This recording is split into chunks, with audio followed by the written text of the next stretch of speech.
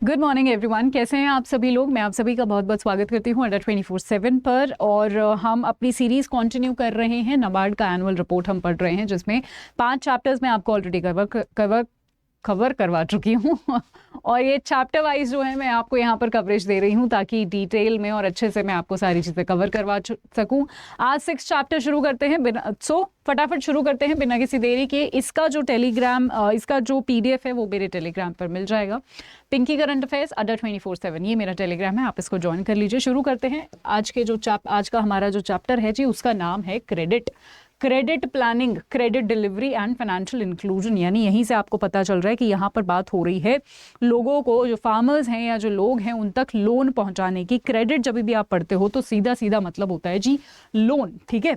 तो लोन की सुविधा जो है वो आपको पहुंचानी है, क्रेडिट डिलीवरी करनी है। फाइनेंशियल इंक्लूजन यानी बैंकिंग की जितनी भी सुविधाएं होती हैं वो जब हम सब लोगों तक पहुंचा पाते हैं या पहुंचाने की कोशिश करते हैं, उसको हम फाइनेंशियल इंक्लूजन बोलते हैं, राइट। चलिए मैं आपको बता दूं, अगर आप नए हैं तो सबसे पहले अड्डा 24/7 ये जो आप अभी जो देख रहे हैं इसको सब्सक्राइब कर लीजिए, ताकि आपका एक भी सेशन मिस ना हो, राइट। मैंने आपको यहाँ पर अंडरलाइन करके, हाईलाइट करके वो वाले पॉइंट्स दे दिए हैं जहाँ से आपके एग्जाम में क्वेश्चन आ सकते हैं। सो क्रेडिट प्लानिंग, मॉनेटरी एक्सरसाइज, ये सारी चीज़ें जो हैं यहाँ पर नाबार्ड जो है देखने वाला है। नाबार्ड ने जो देखी हैं उनके बारे में इस चैप्टर में हम चर्चा करेंगे। सबसे पहले देख लेते हैं क्रेडिट प्लानिंग की ही बात करें। सो आपको यहाँ पर दिखेगा कि जब क्रेडिट प्लानिंग की बात करते हैं तो उसमें कौन सबसे बड़ा रोल प्ले करता है, हमारे बैंक्स प्ले करते हैं। और क्योंकि हम रूरल बैकग्राउंड की बात कर रहे हैं तो हम रूरल लेवल पर ये बात करेंगे। सो यहाँ पर रूरल कोऑपरेटिव बैंक, जिसको मैं RCB बोलूंगी नेक्स्ट वाले चैप्टर में, रीजनल रूरल बैंक्स जिनके एग्जाम्स भी होते हैं, जिनको मैं RR भी बोलूंगी। यहाँ पर आप देख सकते हैं कि यहाँ पर जो है आपका रूरल RRB या RCB, ये जो भी हो गए, फाइनेंशियल ईयर 2023 के दौरान 21 लाख करोड़ के आसपास जो है वो डिसबर्स किया गया है, against the target of 18.5 lakh crore. जो टारगेट था उससे ज़्यादा जो है वो डिसबर्स किया गया है। 117% जो है वो अचीवमेंट करी गई है क्रेडिट टारगेट के केसेस में, अगर हम देखें तो ये तो एक बहुत ही पॉजिटिव साइन है, आप देख सकते हो, ठीक है, कि लोगों को जो है यहाँ पर एग्रीकल्चर के लिए क्रेडिट वगैरह दिया गया है। आपको अगर वहां से समझना है तो आप यहां से समझ सकते हैं, ठीक है। ये कमर्शियल बैंक का जो है यहाँ पर टारगेट है और अचीवमेंट है, ठीक है। टारगेट और अचीवमेंट आप यहाँ पर देख सकते हैं। आप पूछेंगे कि मैम ये लाइट ब्लू और डार्क ब्लू क्या है, तो ये जो लाइट ब्लू है ये आपका क्रॉप के लिए लोन है, ठीक है। This is your term loan, ठीक है। आप यहाँ पर देख सकते हैं, राइट, रीजनल रूरल बैंक का, रीजनल कोऑपरेटिव बैंक्स का, और इन टोटल। सो बेसिकली जो टारगेट हमने रखा था सारे बैंक्स को अगर हम मिला के देखें तो हमने टारगेट जो है ओवर अचीव किया है, यानी ज़्यादा लोन्स दिए हैं। सो ये अच्छी बात है, राइट, ठीक है। अगर आपको एकदम नंबर्स में जाना है तो नंबर्स एकदम बहुत ज़्यादा इंपॉर्टेंट नहीं है, आपको एक बस आइडिया होना चाहिए कि हमारा क्या टारगेट था, हमने क्या अचीव किया है, सिर्फ उतना याद रखें। बट अगर आपको नंबर्स भी देखने हैं तो यहाँ पर टेबल में जो है नंबर्स भी हैं, ठीक है। अगर मैं रीफाइनेंस ट्रेंड्स की बात करूँ तो यहाँ पर आप देख सकते हैं कि टोटल जितना भी हमारा जो रीफाइनेंस हुआ है वो काफ़ी ज़्यादा हुआ है, ठीक है, राइट, ठीक है। रीफाइनेंस का अक्सर मतलब होता है कि एक ऑर्गेनाइजेशन है वो दूसरी ऑर्गेनाइजेशन को पैसे देती है और फिर वो दूसरी ऑर्गेनाइजेशन कस्टमर्स को पैसे देते हैं, रीफाइनेंसिंग इसको बोलते हैं, ठीक है। सो इसने भी जो है यहाँ पर सरपास करे हैं टारगेट्स। जो डिसबर्समेंट हुआ है अंडर LT रीफाइनेंस वो जो है वो मॉडरेट रहा है, 86 के आसपास जो है, इसने 86% के आसपास जो है टारगेट अचीव यहाँ पर किया है, ठीक है। ये long term and short term की बात हो रही है जब मैं LT और ST बोलती हूँ, ठीक है, ओके। सो यहाँ पर लॉन्ग टर्म रीफाइनेंस आप देख सकते हैं और शॉर्ट टर्म रीफाइनेंस भी आप दे सकते हैं। ये 2022 में था, उसके मुकाबले हम थोड़ा सा कम रहे हैं 2023 में, बट ठीक ठाक हमने परफॉर्म करा है। 87% हमारी अचीवमेंट रही है लॉन्ग टर्म में। अगर शॉर्ट टर्म में देखें तो हमारा ओवर अचीव रहा है, अगेन 106% हमने जो है क्रेडिट हमने यहाँ पर ये दिया है। तो शॉर्ट टर्म और लॉन्ग टर्म का हम सिर्फ एक ये याद रखेंगे कि कितना जो है हमने अचीव किया है, राइट। अगर मैं यहाँ पर बात करूँ, सो अगर यहाँ पर डिसबर्समेंट की बात करूँ, short term refinance by agency, so again अगर आपको ये शॉर्ट फॉर्म समझना है ना, नीचे ये जो पैराग्राफ है ना, इसमें सारी शॉर्ट फॉर्म्स के फुल फॉर्म्स लिखे हुए हैं, आप यहाँ पर रेफर कर सकते हैं। जैसे यहाँ पर लिखा हुआ है STCBC, इसका मतलब स्टेट कोऑपरेटिव वाले जो बैंक्स हैं, स्टेट के कोऑपरेटिव बैंक्स, ठीक है। सो यहाँ पर स्टेट के जो कोऑपरेटिव बैंक्स हैं उनका पूरा आंकड़ा दिया हुआ है 2021, 22 और 23 के कंपैरिजन में, ठीक है। कि किस तरीके से डिसबर्समेंट हुआ है शॉर्ट टर्म रीफाइनेंस का एजेंसीज के द्वारा, और यहाँ पर जो है आपका आरआरबीज यानी रीजनल रूरल बैंक्स का 2021-22-23 का जो है यहाँ पर आंकड़ा दिया हुआ है, जहाँ पर 2021-22-23 में से 23 जो है आपको डेफिनेटली डिसबर्समेंट के आकलन में आपको बेटर परफॉर्म करता हुआ दिखाई देगा। वहीं अगर मैं स्टेट कोऑपरेटिव बैंक्स की बात करूँ तो ऑलमोस्ट सिमिलर ही है 22 और 23 का, इनफैक्ट थोड़ा सा कम चला गया है। चलिए सो आगे हम बात करते हैं डिसबर्समेंट। देखिए मैं आपको बता दूं, ये नंबर्स ना, अगर आप ये सोच रहे हैं कि मैम ये नंबर्स याद करने हैं, बिल्कुल नंबर्स आपको याद नहीं करने, बट एक ओवरऑल आपको आइडिया होना चाहिए कि अच्छा हमारा लॉन्ग टर्म इन्वेस्टमेंट कितना रहा है पिछली बार के मुकाबले, जो है कितना इन्वेस्टमेंट लोगों तक पहुंचा है, कितना लोन लोगों तक पहुंचा है, लोगों ने क्या अवेल किया है, long term short term state cooperative banks regional rural banks ने कितना जो है कोऑपरेट किया है, ये सारे आंकड़े आपको एक आइडिया होना चाहिए। या फिर अगर कितने परसेंट से बढ़ोतरी की है या कितने परसेंट से घटा है, वो नंबर आप याद रखें, ठीक है। ये इतने टेक्निकलिटीज, ये इतने टेक्निकल नंबर्स आपको नहीं याद रखने हैं, ठीक है। सो आप इसको डेफिनेटली आराम से स्किप कर सकते हैं, इतना जो है आपसे नंबर्स नहीं पूछे जाएंगे।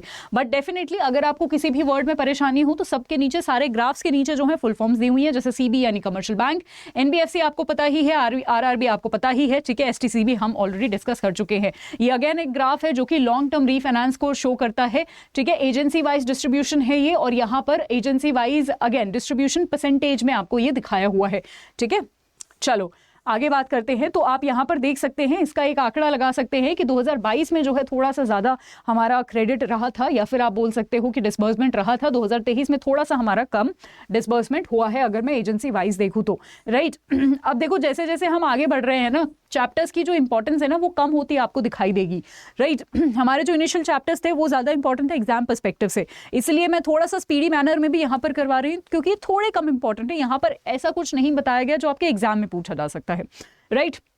चलो अब हम बात कर लेते हैं कुछ ऐसे न्यू रीफाइनेंस प्रोडक्ट्स की, कुछ स्कीम्स वगैरह की बात कर लेते हैं जो रीफाइनेंस में जो है सरकार ने लॉन्च करी है। तो सबसे पहले यहाँ पर पीएसीएस एक यहाँ पर PACS as multi service centres जो है वो लॉन्च करे गए हैं। तो यहाँ पर एक डिसेंट्रलाइज फार्म गेट आप बोल सकते हो ये इस्टेब्लिश किया गया है, ठीक है। एग्रीकल्चर इंफ्रास्ट्रक्चर फंड भी हमने जो है बनाया था, आप सभी को पता होगा, सरकार ने बनाया था आत्मनिर्भर भारत अभियान के तहत, जहां पर हम जो है प्राइमरी एग्रीकल्चर क्रेडिट सोसाइटीज हमने सेटअप करी थी, ताकि जो है फार्मर्स का सबसे फर्स्ट पॉइंट ऑफ कॉन्टैक्ट रहे ये क्रेडिट लेने के लिए, लोन वगैरह लेने के लिए, राइट। सो ये एक चीज है जो हम याद रखेंगे, ठीक है। प्राइमरी एग्रीकल्चर क्रेडिट सोसाइटीज, इसके तहत जो है, इस स्कीम के तहत जो है रीफाइनेंस जो है वो प्रोवाइड करा जाएगा जितने भी हमारे एसटीसीबीज हैं, एट 3% का लेंडिंग रेट टू पीएसीएस मैंने अभी बताया है, ठीक है। Primary agriculture credit societies at 4%, ताकि क्रिएट करी जा सके, रूरल इंफ्रास्ट्रक्चर को बेटर किया जा सके, ठीक है। एसेट्स क्रिएट किए जा सके जो बाद में जाके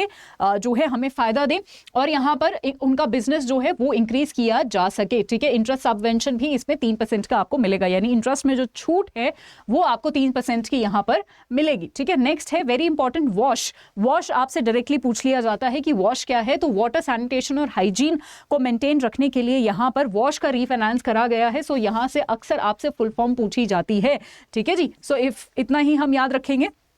नेक्स्ट हम बात कर लेते हैं नाब परीक्षण, सो वेरिफिकेशन ऑफ रीफाइनेंस्ड एसेट, जो भी एसेट है हमारा रीफाइनेंस जो हमने किया है उसका वेरिफिकेशन हम करेंगे किसके थ्रू, एक ऐप के थ्रू जिसका नाम है नाब परीक्षण, यानी नाबार्ड जो है वो अंडरटेक कर रहा है, यानी नाबार्ड जो है ये पूरा वेरिफिकेशन देख रहा है कि जी जो भी हमने एसेट वगैरह को रीफाइनेंस करे हैं वो जो है प्रॉपर पैसा जो है या फिर प्रॉपर चीजें जो हैं लोगों को गई है या फिर नहीं गई हैं, उनका क्या एनपीए स्टेटस है, वो कितने टाइम के लिए ऑपरेशनल है, क्या मतलब ऑपरेशन अपना अच्छे से कर रहे हैं या फिर नहीं। बाकी और क्रेडिट प्रोडक्ट्स की बात करते हैं, यानी जिससे लोन की सुविधा दी जा सकती है लोगों को। सबसे पहला है यहाँ पर मॉडिफाइड इंटरेस्ट सबवेंशन स्कीम, ये सरकार लेकर आई। अच्छा, तो इस चैप्टर में से जो सबसे इंपॉर्टेंट है वो जहां भी आपको स्कीम का नाम दिखे सिर्फ वो चीजें इंपॉर्टेंट है, बाकी आप स्किप कर सकते हो, क्योंकि स्कीम डेफिनेटली हम स्किप नहीं करेंगे। फेज 1 फेज 2 दोनों के लिए इंपॉर्टेंट है, ईएसआई करंट अफेयर्स हर चीज के लिए इंपॉर्टेंट है, स्कीम्स एआरडी वगैरह सबके लिए, ठीक है। ओके, सो मॉडिफाइड इंटेंशन सबवेंशन स्कीम, इसकी अगर मैं बात करूं तो 2% जो है यहां पर प्रोवाइड करा जाएगा बैंक को, ताकि वो एक्सटेंड कर सके crop loan up to 3 lakh एक कंसेशनल इंटरेस्ट रेट पे, which is of 7% per annum. ये जो स्कीम है ये प्रोवाइड करती है एक इंसेंटिव 3% का फार्मर्स को, ताकि प्रॉम्प्ट रीपेमेंट जो है वो दे सके। तो बेसिकली यहाँ पर जो क्रेडिट है, जो लोन्स है, उसको ये बहुत ही एक इफेक्टिव इंटरेस्ट रेट पे 4% का यहाँ पर देती है, ठीक है। सो बेसिकली यहाँ पर ये जो अगर हम इसको माइनस करेंगे तो ओवरऑल हमारा जो आएगा जो हमारा जो चार्ज होता है यहाँ पर वो 4% है। सो जो कि अच्छा, जो एक बहुत ही रीजनेबल अमाउंट है, राइट। नेक्स्ट हम बात करते हैं जो इंटरेस्ट सबवेंशन ऑफ 1.5% है बैंक के लिए और 3% of the farmers towards prompt repayment incentive, उसको भी एक्सटेंड किया गया है एसटी लोन्स के लिए of up to 2 lakh animal husbandry और फिशरी फार्मर्स के लिए, ठीक है। और यहाँ पर provided the loans are extended by banks at 7% per annum. अगर आपके पास केसीसी है जो इंटरेस्ट सबवेंशन है शॉर्ट टर्म लोन्स पे, ठीक है, वो जो है वो आपको अवेलेबल होगा, आपकी जो एक ओवरऑल लिमिट होगी वो 3 लाख पर एनम होगी। तो ये कुछ ऐसे फिगर्स हैं गवर्नमेंट स्कीम को लेकर जो हमें याद रखने हैं, बाकी इसके अलावा हमें चीजें याद नहीं रखनी है, ठीक है। किसान क्रेडिट कार्ड का सैचुरेशन या फिर प्रोग्रेस अगर मैं आपको बताऊं तो फेज 1 फेज 2 का प्रोग्रेस आप देख सकते हैं कि नंबर ऑफ केसीसी जो आए थे वो इतने थे 12 लाख के आसपास, फेज 2 में 125, यहाँ पर 1,25,000 के आसपास, ठीक है। उसके बाद जो है लिमिट सैंक्शन इतनी हुई थी, फेज 2 में जो है यहाँ पर इतनी लिमिट सैंक्शन हुई है, राइट। उसके बाद administering schemes for sugar farmers के लिए क्या कुछ चीजें हैं, क्या कुछ स्कीम है। तो सबसे पहला है फाइनेंशियल असिस्टेंस शुगर मिल्स के लिए ताकि एनहांस किया जा सके इथेनॉल प्रोडक्शन, ठीक है। इथेनॉल आप सभी को पता है हमारे भारत का सपना है कि 2025 तक हमें 20% जो है इथेनॉल को ब्लेंड करना है अपने पेट्रोल में। क्लाइमेट को सेव करने के लिए ये एक एजेंडा है जिसके लिए हमने जो है यहाँ पर जो भी डिस्टिलरीज हैं उनको जो है इंटरेस्ट सबवेंशन दिया है, यानी छूट दी है, ठीक है, on the loan availed from the banks 50% of the interest charge subject to a maximum of 6%। सो ये एक पॉइंट है इंपॉर्टेंट जो हम याद रखेंगे, राइट। उसके साथ साथ कुछ और इनिशिएटिव्स हैं जो 2023 में लिए गए हैं, जैसे शुगर इथेनॉल हम ऑलरेडी देख चुके हैं, ठीक है। शुगर इथेनॉल वाला 20% ब्लेंडिंग वाला क्या क्या उस पर जो है मिल रही हैं चीजें, राइट। नेक्स्ट है digitalization of loan origination and management system. अब अगेन पूरी प्रोसेस को अगर हम डिजिटलाइजेशन करेंगे तो चीज़ें ट्रांसपेरेंट रहेंगी। ये कुछ ऐसे शब्द होते हैं जो आप अपने फेज 2 में यूज़ कर सकते हो, अगेन इसलिए इंपॉर्टेंट होते हैं, ठीक है। अब ये जो बॉक्सेस में आपको इस तरीके से केस स्टडीज दिखाई हुई हैं इनको आप एज एन एग्जाम्पल यूज कर सकते हो अपने एग्जाम में, ठीक है। आप बोल सकते हो कि जी फाइनेंशियल इंक्लूजन के लिए ना इस तरीके से जो है गुजरात में एक जो है हमने जो ट्रेनिंग एस्टैब्लिशमेंट और ये सारी चीज़ें करी थी, पॉइंट ऑफ सेल मशीन्स जिससे आप कार्ड वगैरह स्वाइप करते हो, ये लोगों तक दिया था, मर्चेंट्स को दिया था, है ना, ताकि डिजिटल जो है 100 यहाँ पर देख सकते हो आप 1000 POS डिवाइसेस जो है वो डिप्लॉय करे गए थे अलग अलग मर्चेंट्स को, यानी दुकान वालों को जो है अलग अलग दिए गए थे। ये गुजरात का एक एग्जाम्पल है। इस एग्जाम्पल को आप जब डिजिटल रेवोल्यूशन के लिए कोई भी आंसर आप लिख रहे हो, ठीक है, फाइनेंशियल इंक्लूजन के लिए आप कोई भी आंसर लिख रहे हो तो आप ये इस केस स्टडी का एग्जाम्पल लिख सकते हो, ठीक है। सो ये सारी चीज़ें हम यूज़ कर सकते हैं।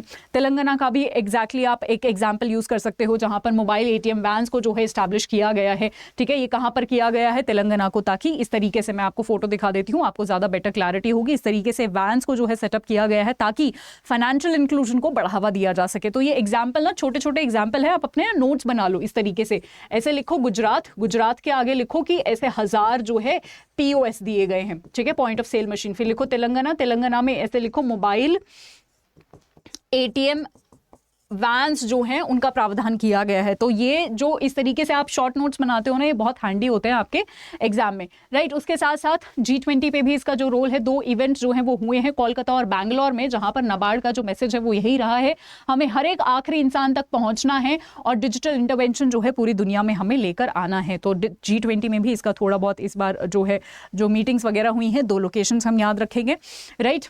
सो ओके, इसमें तो इतना ही था। 1 मिनट आप मुझे दीजिए, मैं आप सभी को सारी चीजें बताना चाहती हूँ। इसकी PDF कहाँ मिलेगी वो भी मैं आपको बताऊंगी। आप पिंकी करंट अफेयर्स यानी पिंकी CA अंडर 24/7, ये मेरे टेलीग्राम चैनल का नाम है, इसको सर्च करो, मिल जाएगा, ठीक है। 5,500 से आसपास बच्चे हैं इस ग्रुप पे, इसको ज्वाइन कर लो, राइट। अब मैं आप सभी को बताना चाहती हूँ 25 तारीख से अगर आप SO का भी एग्जाम दे रहे हैं या किसी और बैंक का एग्जाम दे रहे हैं तो 25 तारीख से हमारी SO की क्लासेस शुरू होने वाली है। IBPS SO की मैं बात कर रही हूँ, ठीक है। या फिर अगर आपको ये है कि मैम मुझे ना नाबार्ड का बैच चाहिए, मुझे ना महापैक नहीं चाहिए, मुझे अलग से सिर्फ नाबार्ड चाहिए, तो आप नाबार्ड पे क्लिक करोगे, ठीक है। नाबार्ड पे क्लिक करते ही यहाँ पर आपको बैच आ जाएगा, बैंक महापैक आ जाएगा, इसलिए क्योंकि नाबार्ड जो है बैंक महापैक में भी इंक्लूडेड है, ठीक है। सो अगर आप बैंक महापैक के जरिए जाना चाहते हैं वैसे जा सकते हैं, अगर आपको सिंगल बैच चाहिए तो आप सिंगल बैच पे क्लिक करेंगे, ठीक है। इसके सारे जो है आपको फीचर्स दिख जाएंगे, लाइव रिकॉर्डेड सेशंस, टेस्ट वगैरह। मैं आपको 15-15 दिन की PDF देती हूँ, यानी 1 महीने का करंट अफेयर 2 PDF में हम कवर करते हैं। मैं ही करंट अफेयर्स आपको करा रही हूँ, ठीक है। लाइव रिकॉर्डेड सेशन, सारी चीजें आपको मिलेंगी, राइट और यहाँ पर टेस्ट वगैरह भी आपको मिलेंगे। सेशन जल्दी शुरू होने वाला है, लिमिटेड सीट्स है, इसमें आप एनरोल कर लीजिए। ठीक है, एनरोल करने के लिए करना क्या है, जब आप इसमें एनरोल करेंगे Y674, चाहे आप इसमें एनरोल करें या बैंक महापैक प्लस के थ्रू एनरोल करें, किसी भी चीज़ के थ्रू आप एनरोल करें, ठीक है, Y674 कोड यही रहेगा, आप इसको अप्लाई करिएगा ताकि आपको मैक्सिमम डिस्काउंट मिले। ठीक है, ये मैक्सिमम डिस्काउंट आपको यहाँ पर दिख रहा है। इनफैक्ट इसमें भी अगर आपने ऐप से डाउनलोड किया तो इसमें भी आपका 1% जो है कम हो जाएगा पैसा, राइट। सो ऐप से इसमें एनरोल करिएगा। आज के लिए इतना ही। सेशन अच्छा लगा हो तो मुझे कमेंट सेक्शन में ज़रूर बताइएगा। Thank you so much, have a good time ahead, have a good day ahead, bye bye.